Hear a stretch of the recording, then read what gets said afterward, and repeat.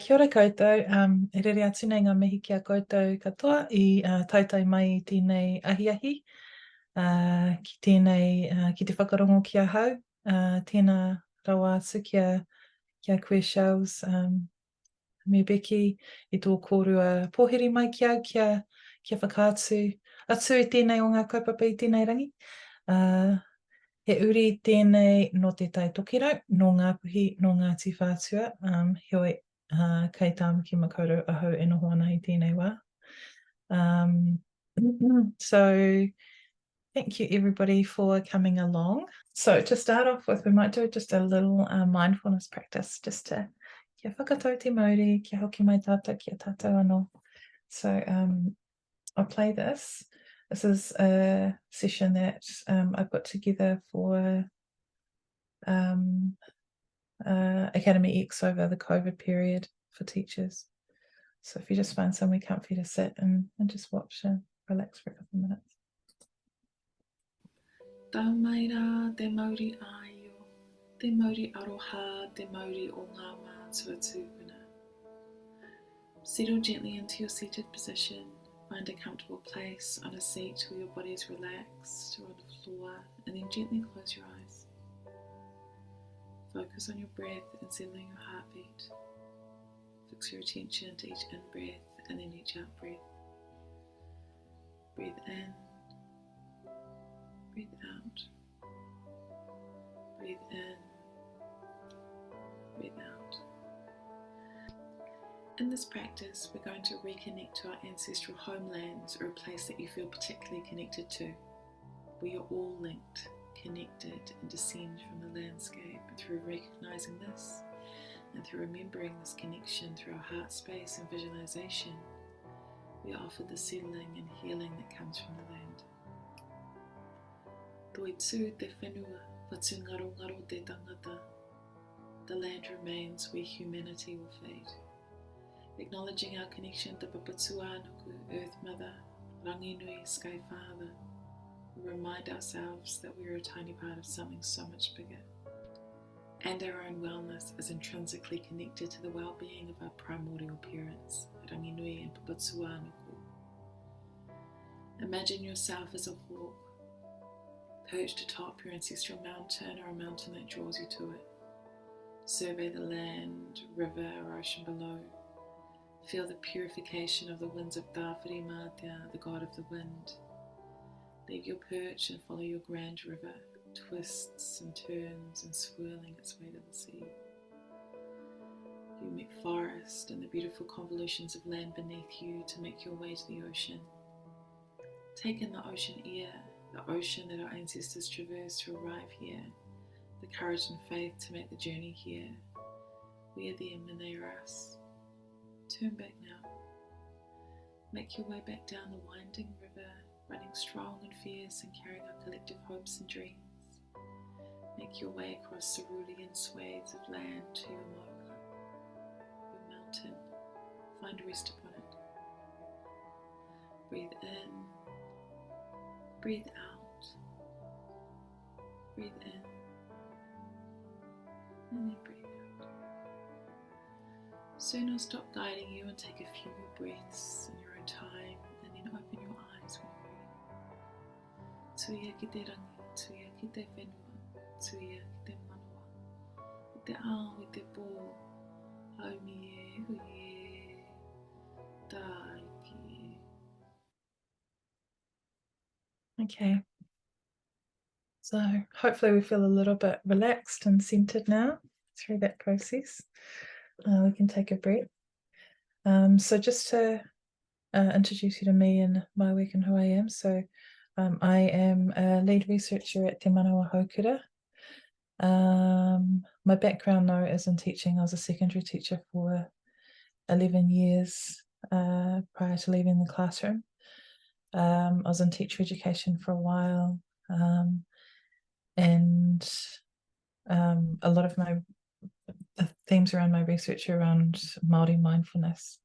So looking at ways that we use our spirituality and our worldview to find that well-being. So I wrote my PhD on how the practices within Māori immersion schools, Kura Kaupapa Māori, bring about wellness in children in those schools. And that's how I kind of came about. But I've done a few contracts with the Mental Health Foundation and different iwi and hapu around creating contemplative practices similar to this one, on using kind of tribal histories and things to find that Mauritau. So that's my background a little bit, and what I do. So I just wanted to, so today I was just going to share some of the findings of kind of a distilled, sped up version of some of the findings of some of my research over the years. The first part will just kind of give a bit of an overview, and some of it is based on the findings of some work I did with the Mental Health Foundation around conceptualising Mauritau and what it is, and looking at in comparison to Western mindfulness, which some of us will be aware of what that is. So we'll go through that a little bit. And then the second half is on my PhD and what the findings of that was. And I was going to do it in Te Reo Māori, but I'll just do it in English now. And if you have questions, we've got a lovely small group today, so please feel free to stop me whenever and ask, or if you've got a comment, or if you've got some wisdom on the topic as well, just feel free to share your ideas on it as well. So we'll start by having a little look at Western mindfulness and what it is. I'm sure we've all kind of seen, magazines with 10 ways to become mindful, or, we're kind of familiar with the term. It's kind of flavor du jour right now. People are really into it, and it's been really proven to be an effective way of finding well-being. So the research into it started in the 60s at Harvard University. There are a couple of hippie professors there who were getting into meditation and Eastern philosophies, and were becoming interested in what the benefits of it were after spending some time in Tibet or wherever they were in India.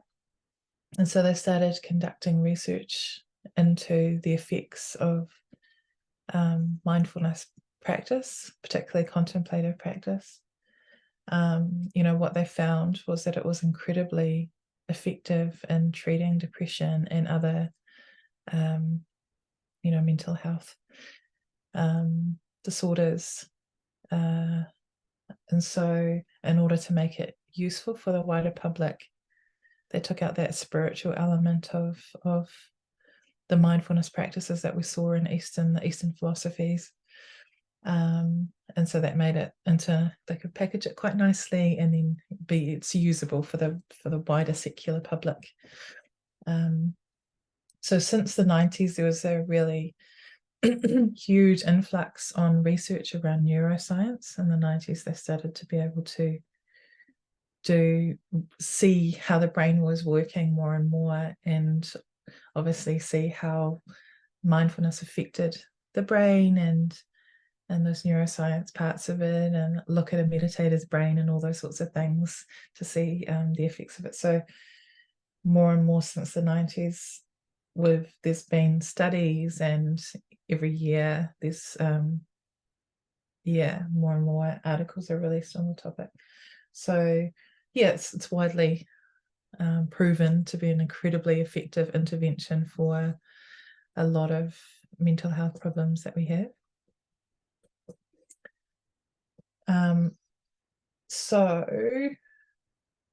So apart from that, all cultures have mindfulness. So every single culture has it. Religions have it.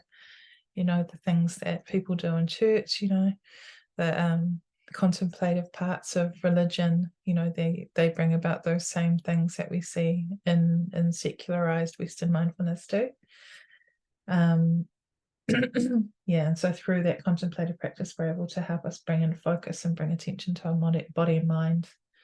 So that's kind of the basis of some Western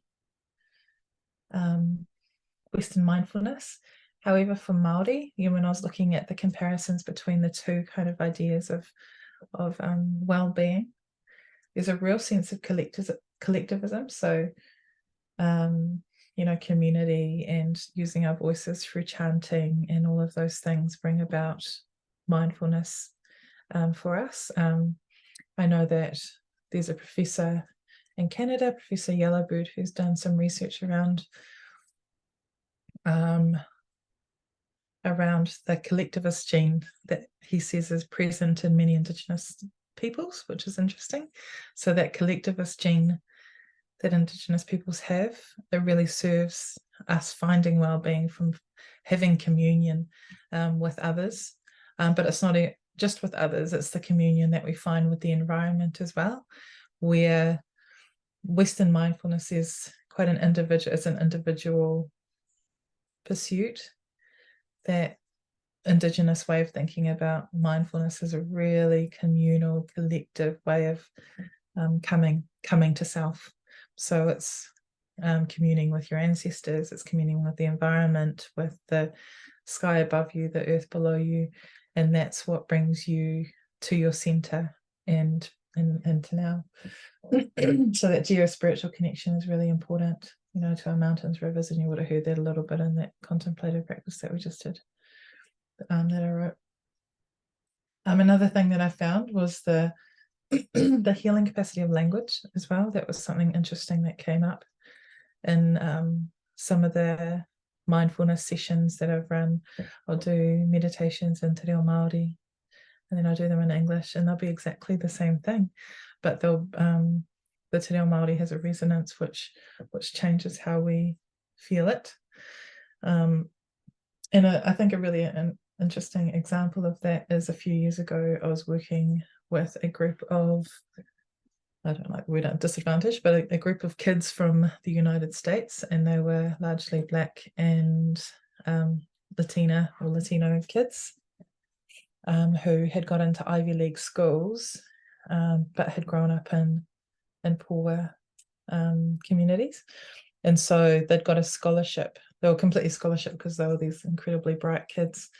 But they got the scholarship to travel around the world to get used to being outside their communities, because some of them had never left their communities ever, never gone on holidays, all those sorts of things.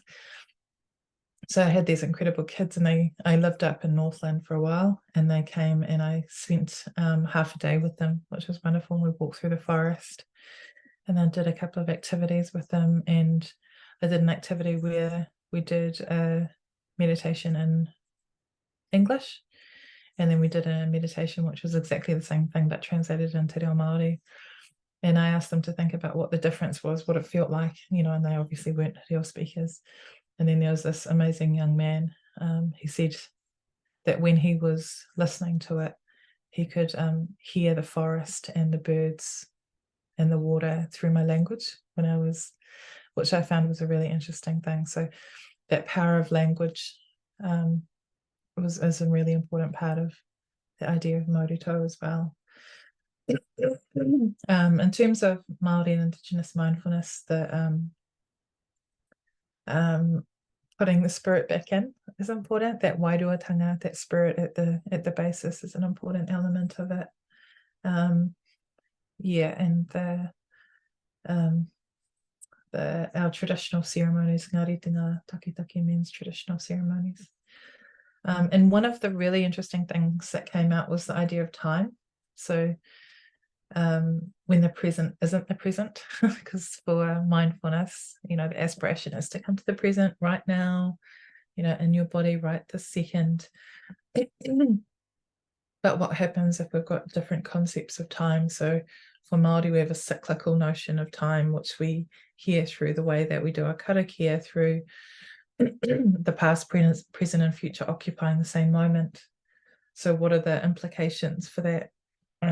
If we are to become present from a Māori point of view. So the big thing that came out, and we know this quite firmly, is that time is colonizable.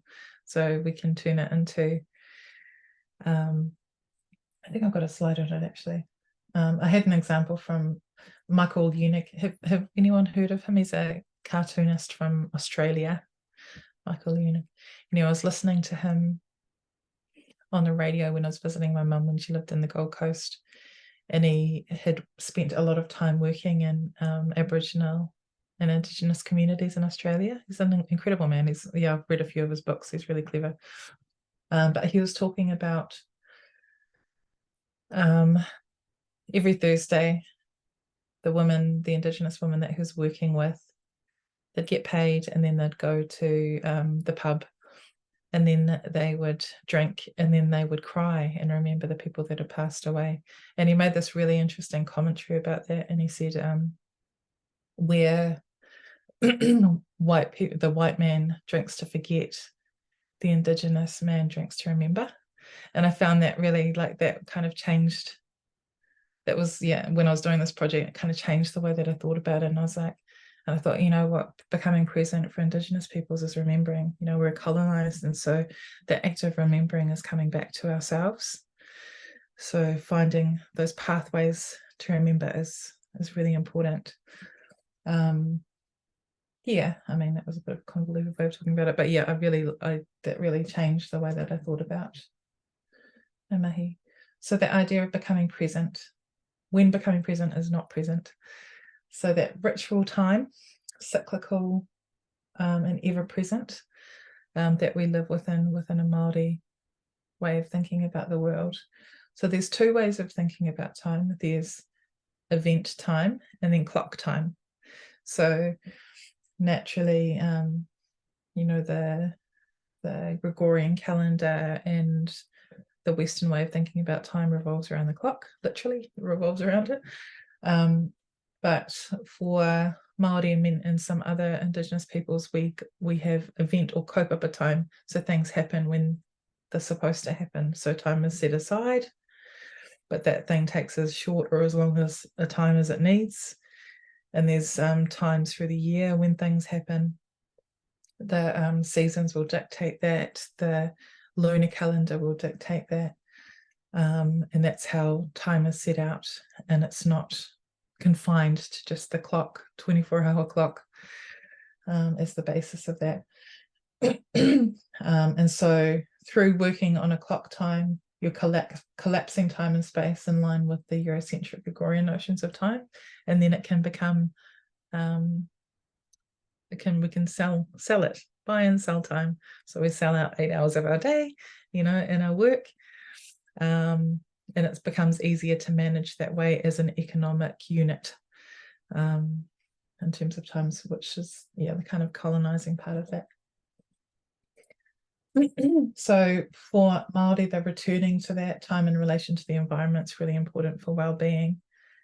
The reconnection with the Maramataka Māori, or the traditional Māori lunar calendar, has been really exciting in the last few years.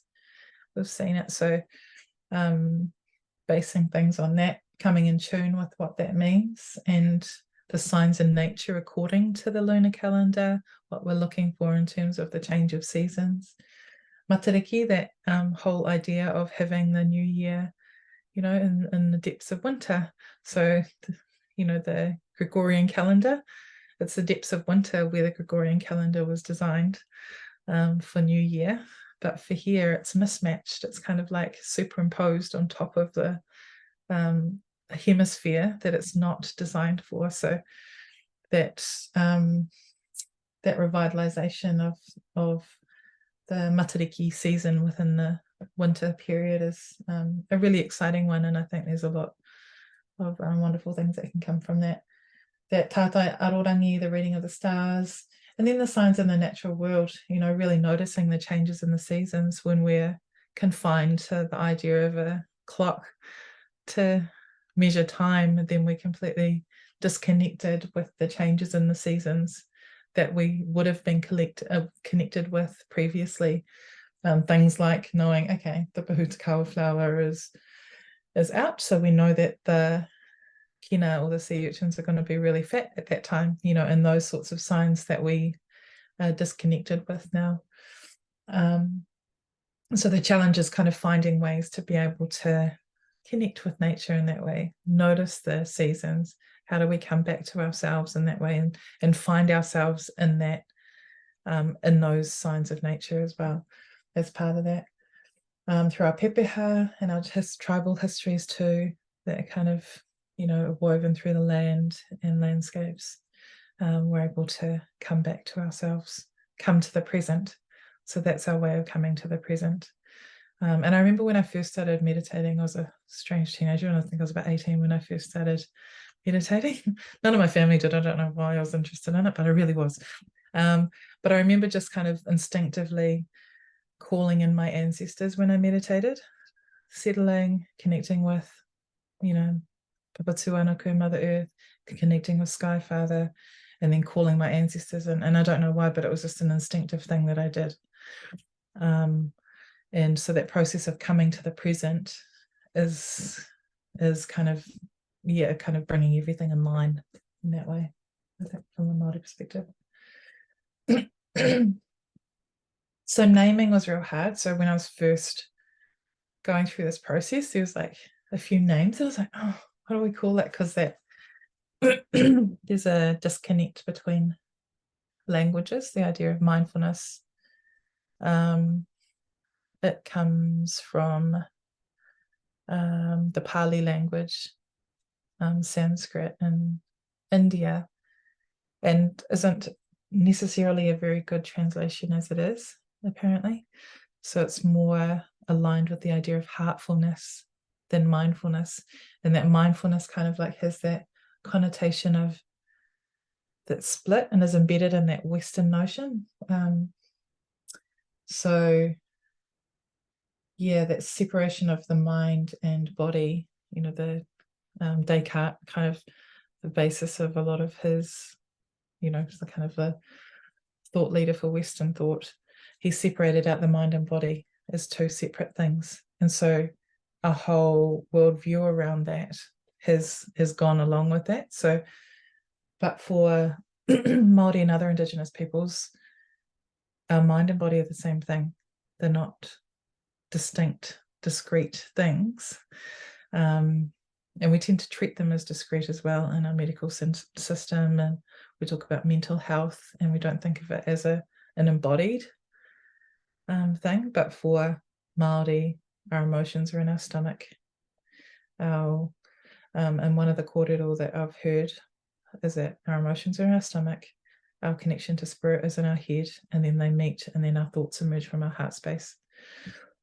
And so reconciling the mind and the body is really, really important for that too, to kind of decolonize that part of ourselves in that way.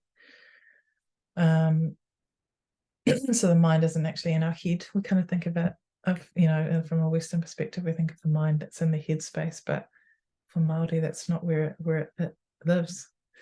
And I remember a really good example of that is when I was teaching, we went down to Tuhoi and we're listening to Tameti talking. Oh, and a couple of other people too. I think it was Tamati Kruger and others. And when they spoke about their heart, they referred to their hinengaro, which is the Māori word for heart, their heart space here. And I remember when Tameti did that, the kids that I was with, they were all reo speakers and they'd all gone to kura their whole lives. But they laughed, they giggled because it was so weird to them, because they thought of their mind and their head, because they had the kind of Western idea of the mind that's in the head. But for Māori, our mind is in our body. It's our thoughts emerge from our body, you know, and you can even feel it. You say, you don't go, oh, I think, you go, I think, you know, my thoughts are. Even, you know, kind of instinctively make that gesture when we're talking about our own thoughts. So that reconciliation is really important. What have I got there on that slide too? So a couple of words that I came up with was the idea of Mauritau. So Mauri is the life force. Tau means to be settled. We use the word Mauritau all the time when I was teaching. You know, it was kind of like that state of settledness that you're in. The other word was manawa ora was another word that it kind of like engaged with as well, to think about what that was, but it didn't quite fit. Like it was still like a bit of not quite there. Hohaurongo is the word that we use for reconciling or that kind of settling disputes, and or coming back to peace. So there was kind of an interaction of these terms, but I eventually settled on the term Mauritau because it made the most sense. It was the word that resonated the most with people.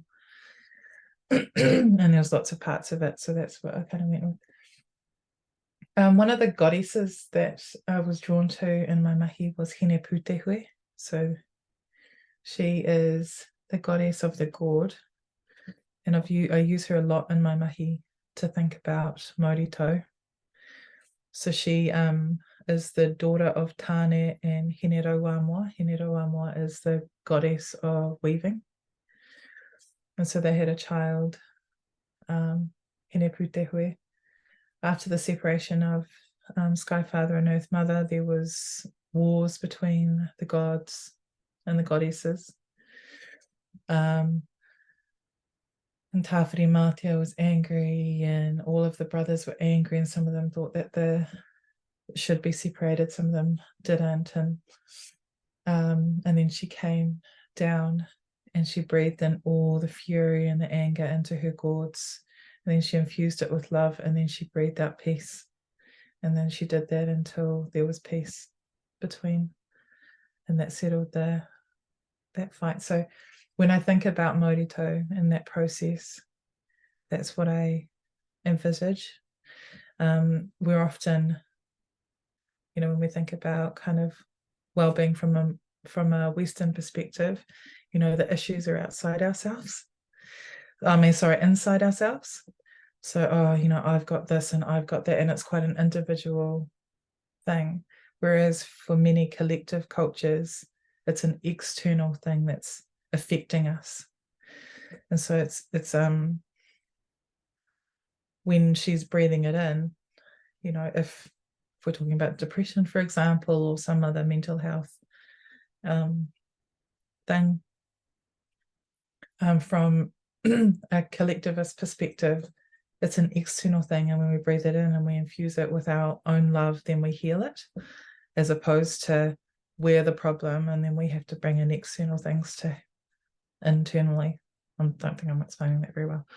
I think I'm probably still coming to terms with that concept myself, and decolonizing my own feelings and thoughts about it.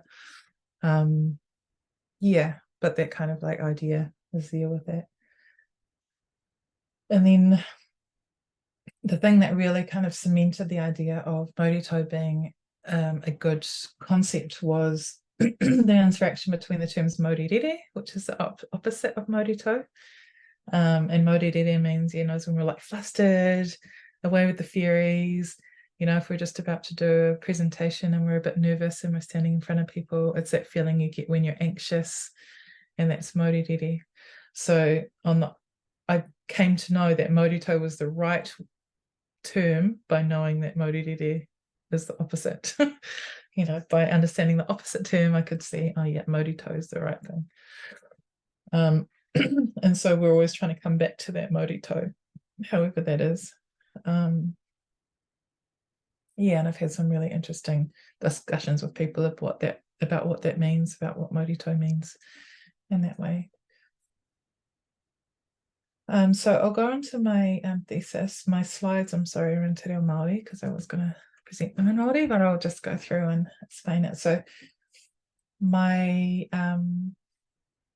topic is, I'll read it in Māori and then I'll give it a go at translating it. Ko ia tonu te rangatira tana mauri ko te Mauritau, hei tohu o te puāwaitanga o Te Aho Matua, ki Te Kura Kaupapa Māori, Hoani Waititi Marae. So she is sovereign over her mauri, over her life force. So that was one of the quotes that came out. So when I asked, when I had an interview and I asked, what is Mauritau? That was like one of the first questions in the interview. This person said, she is sovereign over her mauri, over her life force. So she has the power, she has the rangatiratanga over her own life force. So she's not swayed with she gets to decide how her mauri is, what her well-being is. So it was around how Mauritau, that concept of Mauritau, can be seen as an aspect of flourishing within kura. So that was a sign of Te Aho Matua, which is the philosophical document, flourishing within Māori immersion schools. So that was the basis of it. So I structured my thesis with the 3 sacred waves of Ngāpuhi, which is Ngaru Nui, Ngaru Roa, Ngaru Paewhenua. So that's one of them there. I got some art commissioned there to structure it, and then it kind of like beautifully kind of captured each part of it. But I'll go through that in a bit anyway. So this is the Ngaru Nui part. So it's based on a pūrākau story from when our ancestor who came from Hawaii, from the homelands, came to Aotearoa, and he came in our waka, ngā toki mata whaurua, and then the 3 waves are the waves when he took off from Hawaii. And then in that one, then I've kind of put the intro and the methodology and the lit review. And then the Ngaru Roa, which is the middle part, that's got all the findings, and then Ngaru Paewhenua is the conclusions and all of those things. So it kind of fit quite nicely, actually. It packaged it up into nice little parcels to structure my thesis. So that was nice that I could embed those lovely oral histories within it, and it served as a practical function as well. So that's that first wave that took us over. And one of my friends was the artist for that, so it was nice to get her artwork on my PhD. So the context of my research project was around Te Kura Kaupapa Māori, Hoani Waititi Marae. So it's a Kura Kaupapa that's in West Auckland. I taught there for 5 years. My daughter's been there for all of her schooling, and she went to kohanga reo there as well, early childcare there. It's been around since 85, and so we're now seeing the 2nd generation, the children of the 1st generation, and then now even a couple of grandchildren, so moving into the 3rd generation that have come through that school. It was the first Kura Kaupapa Māori, first immersion Māori school. What else? And it's like based on a marae, so there's an active living marae there that the children within the school serve as well. I'm a board member there. What else? There is about 200 kids from year 1 through to year 13 there, and there's also an early childcare centre there as well, the kohanga reo. Yeah. So the main research question and the supporting questions were, what is Mauritau and its elements at Te Kura Kaupapa Māori or Hoani Waititi Marae? Firstly, the first supporting question is, what is Mauritau? The second one is, what are the pathways at Hoani Waititi for the students and the whānau and the teachers and the wider community to find Mauritau? What strategies and what pathways do they use? And what's the connection between Te Aho Matua, which is the philosophical document, the curriculum document that underpins it, and Mauritau? So that's how I framed it. In the literature review, I kind of did a comparison between mindfulness or Western mindfulness and Mauritau, and kind of the way that I just explained to you before. I looked at Mauritau and a comparison with other Indigenous peoples around the world. So iwi takitaki is our word for Indigenous. I looked at Māori spirituality. So what were our traditional ceremonies that we had, and how they brought about Mauritau? What were the elements? What were the concepts that kind of aligned with the idea of Mauritau? Like tapu, ihi, wehi, mana, all of those sorts of concepts. I looked at time, which I explained a little bit as well. And Māori wellbeing, so obviously Mason Jury and all of that, those peeps that have done all that beautiful mahi. I talked about them and their lovely stuff too. Oh, so that I should have said the artist in these slides is Māori mermaid, and so I integrated a lot of her work into my thesis too. So each of the sections had a few of her paintings and pieces of art too. So there's a lot of art in there because I needed to make the 5 years of writing it a little bit more tolerable, so I could look at pretty art while I was writing it. Yeah, so it's quite colourful and lovely, which is nice. Te Rangahau, so the methodology. So that picture there, that I'll talk about that a little bit, is Lo-Fi Girl. I don't know if any of you have, like, when I was doing my PhD, there's like lo-fi hip hop was what I used in the background to study with. And so there's this particular channel that everyone listens to for studying music, and it's Lo-Fi Girl. And she's like a lovely little Asian girl that's studying, perpetually studying. And so a Māori artist made her into a Māori person. So that's what it's like. And she's rendered into a Māori studying person. So I used her in my PhD too. So in my methodology, I used kaupapa Māori research, and I used Te Aho Matua, which is a philosophical document. That was the basis. My tukanga Rangahau, so my research methods, I had two methods. One was puāwaitanga, so it was a wānanga with kids. I ran it with teenagers at the Kura to talk about Mauritau, and I called it puāwaitanga.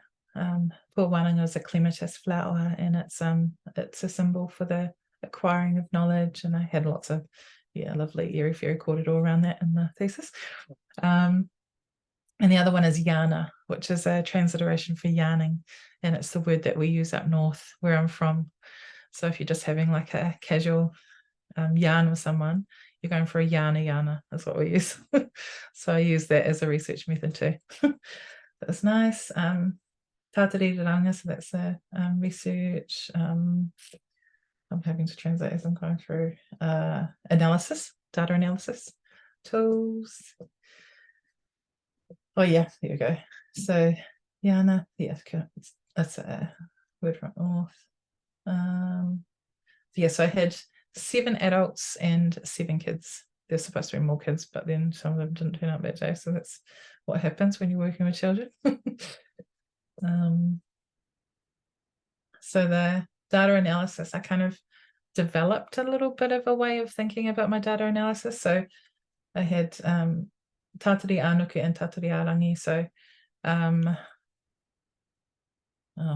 think it's probably a little bit dry to be talking about right now, but yeah, I developed a way of analysing my data. We'll leave it there.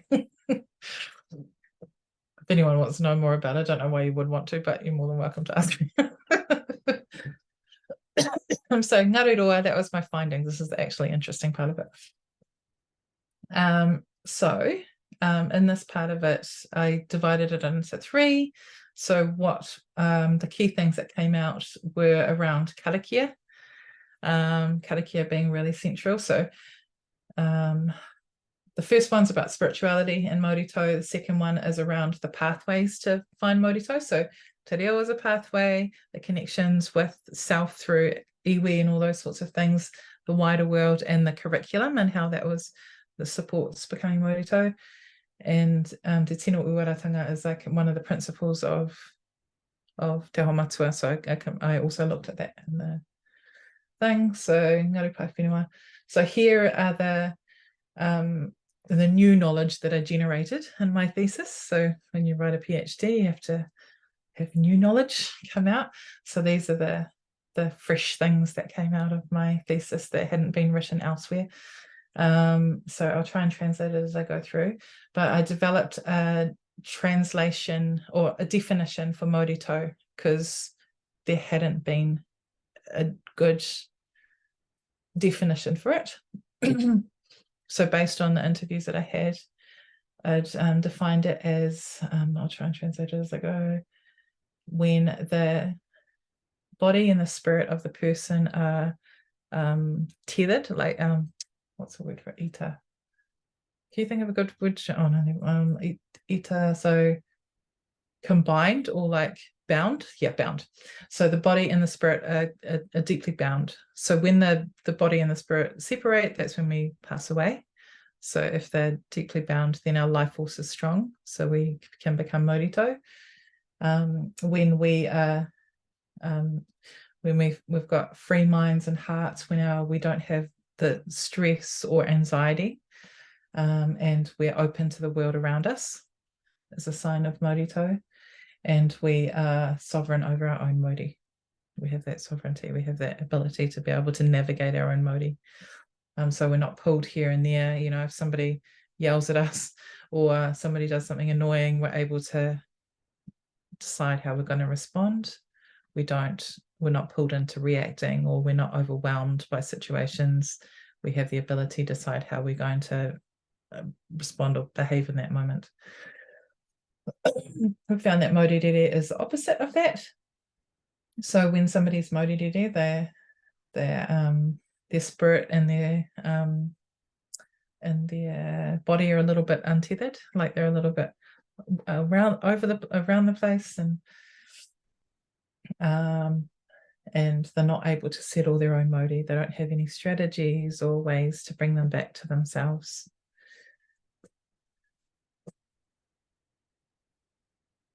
So what I found, I don't know what's happening here.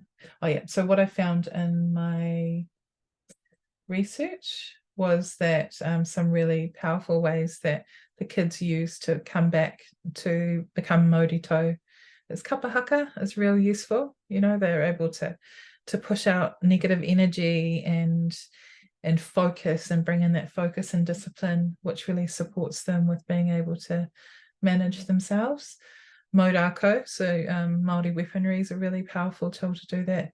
Wakaama, the ways that they navigate grieving, so through tangi, like those we found in the research that was a really powerful way to for them to learn how to navigate emotions, you know, navigate sadness and happiness, and the ways that we navigate them in the Māori world were powerful tools for them to be able to navigate that in their lives as well.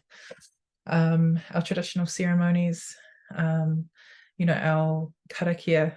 Karakia is actually the most powerful thing that came out as a tool to become Mauritau. It was kind of punctuated between different events, and you know, different parts of the day. You're able to start and begin things, finish things off, set an intention, come back to yourself for that minute, find that collective energy between the group that you're with. And so that was, on the whole, the thing that every single participant talked about was the power of karakia to become Mauritau.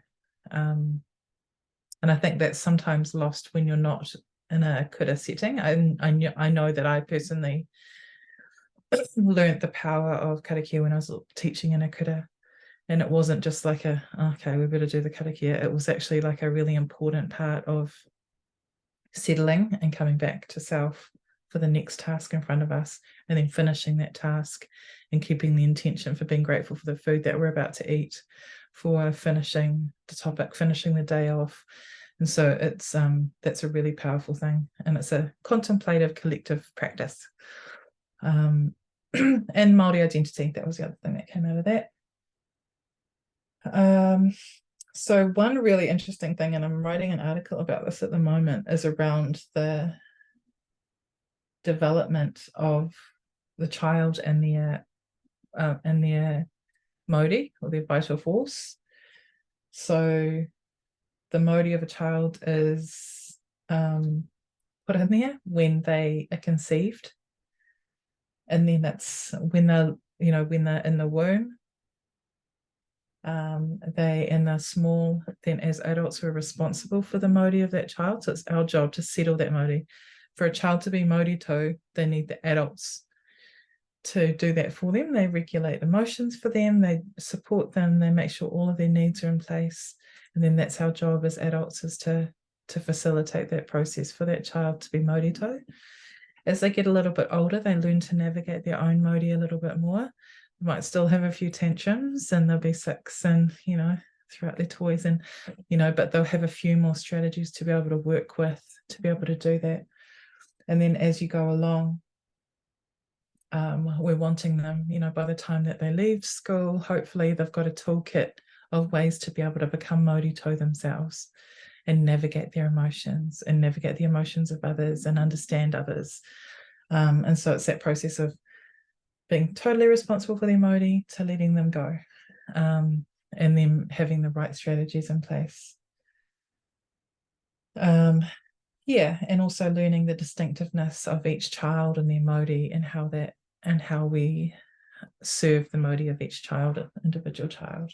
So that was something that hadn't been talked about as well, the nurturing of Māori within a child. Yeah.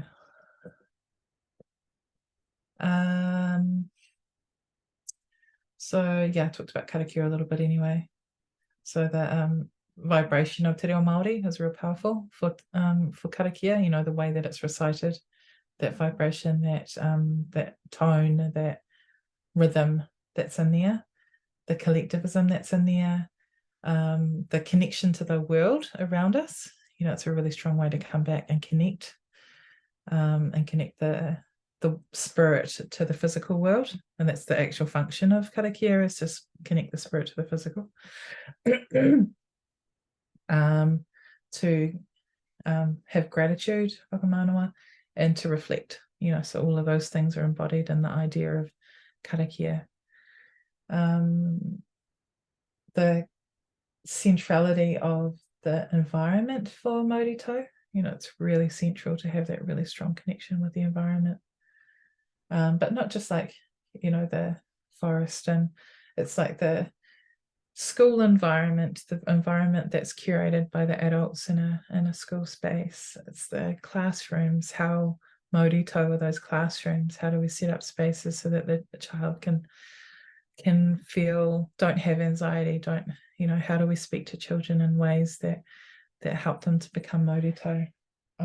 How is the playground set up to bring about Mauritau in children? And the kayako, are they Mauritau? Because I know that when I was a teacher, I wasn't often Mauritau, I was very Maurirere. So how do we bring about Mauritau in the teachers as well? Yeah, and that building that collective energy, that safeness in our school environments. Okay, so that was the end of my my slides. I know I covered a lot in a short amount of time. I guess, you know, pass it over to everyone if you've got any questions or comments or, yeah, wisdom. Yeah. Ngā mihi nui kia koutou. Oh, so Asma has a question there in the chat for you, Joni. Oh, yeah, I can see that. Hmm. Okay.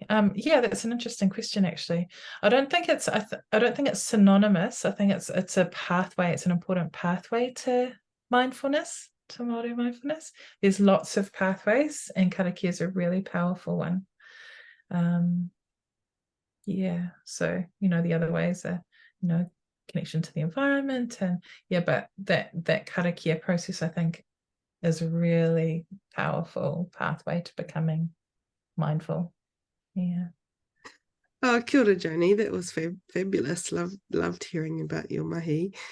You kind of have answered it, but I was just sort of intrigued, I guess, by a kind of I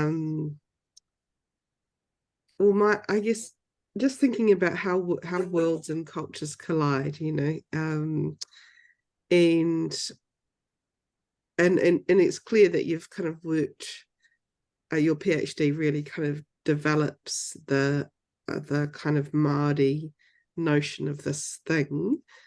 Do you think it's always been with us, or do you think, you know, clearly we've all been influenced by the East in some ways, you know, through Buddhism and so on, around mindfulness.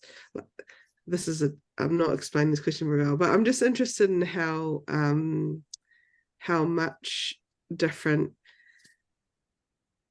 ways of seeing the world can come together or not. You know, sometimes we can be quite, and not talking about you in this instance, but in other kaupapa, we can be quite kind of purist and say this is a Māori way of doing things, or this is a da-da-da-da. but this feels less like that. This feels a little bit more like what you're saying is, yes, there's a kind of Māori approach to this. It's collective, it's external to us, it's, you know, these are the kind of assets. But actually there's it's still kind of yinning and yanging with a sort of Eastern way of seeing the world as well. Am I reading that right, or do you think this is of us as well?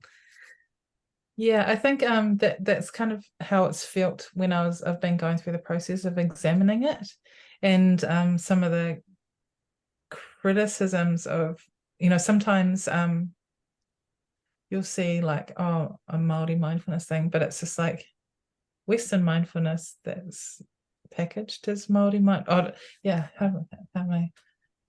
I feel like there is a yin and yang, because even just kind of relating it to Western mindfulness and doing that comparison is a little bit artificial, but I had to try and figure out where it fitted. Yes.